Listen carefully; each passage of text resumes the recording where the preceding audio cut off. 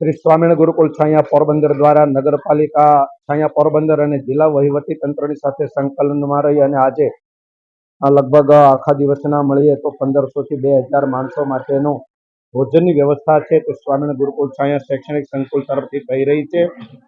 મારે ખાસ એ પણ કહેવું જોઈએ કે જો કે આમ તો ગુરુકુળ સંકુલની અંદર 2 ફૂટ 2.5 ફૂટ પાણી ભરાયેલું છે। આજે શૈક્ષણિક પ્રવૃત્તિ કાર્ય તમામ રીતે અમે બંધ રાખેલું છે, પરંતુ સામાજિક સંસ્થાઓની પણ આવી એક સામાજિક જવાબદારી હોય છે, એનું ઉત્તરદાયિત્વ હોય છે, એ નિભાવવા માટે ખાસ આજે અમે આ પ્રમાણે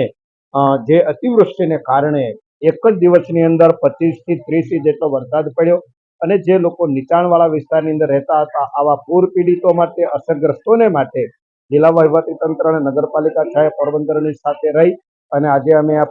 ભોજનનો પ્રબંધ કર્યો છે। બપોરે પણ મોકલશું, સાંજે પણ મોકલશું અને કદાચ જરૂર જણાશે તો આગળ ઉપર પણ એ પ્રમાણે અમે વ્યવસ્થા કરીશું।